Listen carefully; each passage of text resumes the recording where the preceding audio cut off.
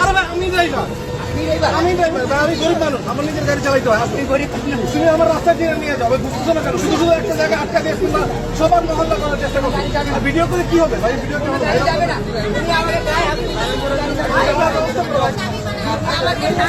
এগুলোর ধরে সেটার উপর সাইডকে তনসারা ভাই, এগুলোর জীবনে আটকে যেত না।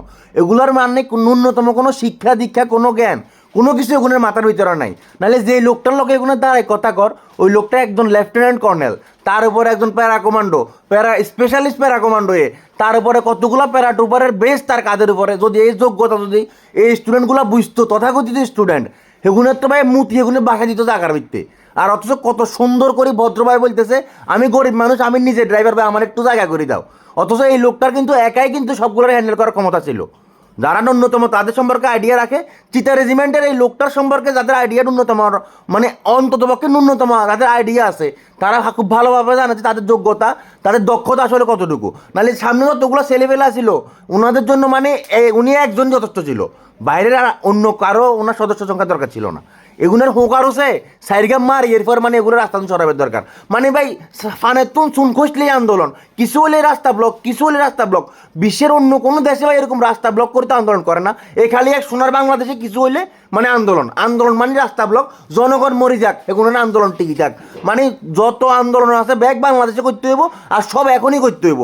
এর আর এই আন্দোলনের সময় কে আসছে, কে গেছে, কে কথা বলতেছে না বলতেছে, ওইটা দেখার দরকার নেই। এগুলোর আন্দোলনই সব, আন্দোলন হয়ে যাক, মানুষ মরে যাক, কোনো সমস্যা নাই। এই যে লোকটার সাথে যারা কথা বলছে, ওরা যদি ন্যূনতম যদি বুঝতো যে এই লোকটা কে বা আমরা কার সাথে কথা বলতেছি, তাহলে আমার কাছে মনে হয় না যে ওই লোকটার এত কথা বলতে হইতো। এতগুলা বেজ থাকার পরেও মানে তার বেজের দিকে তাকাইলে তো তাকাই দেখতে ইচ্ছা করার যে এই লোকটার কোয়ালিটি আসলে কি পরিমাণ হইতে পারে।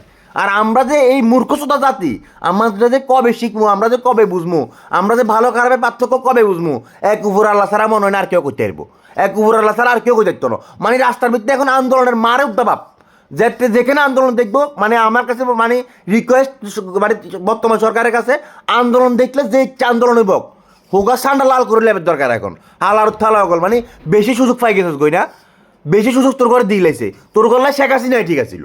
হোগা মারে হোগা সান্ডা লাল করে লাইতো, আন্দোলন সব বন্ধ আছিল, উনি তোদের জন্য ঠিক আছিল। বর্তমান সরকারের উচিত হয়তো বা এগুলো বন্ধ করে দেওয়া, নাহলে আবার শেখ হাসিনা না আনি দি সারিজন বলে এবার তোরা চাই কী করবি করে বেড়া।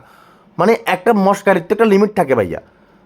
ওনার মানে ব্যবহার দেখে তো মানুষ ওনারা সারি দিতে পারে, অথচ ওনার ব্যবহারটা কত সুন্দর ছিল। আর মানে কী করলো, না যাইতে দেওয়া যাবে না, হেগুনের আন্দোলন, হেগুনের সব, হেগুন বলে ডাক্তার ইঞ্জিনিয়ার বলে, হেগুন বলে ওনার স্যাডার বাল, হেগুনার এইটা ডাক্তার ইঞ্জিনিয়ার থাকুন তো না থাকুন তো বালা।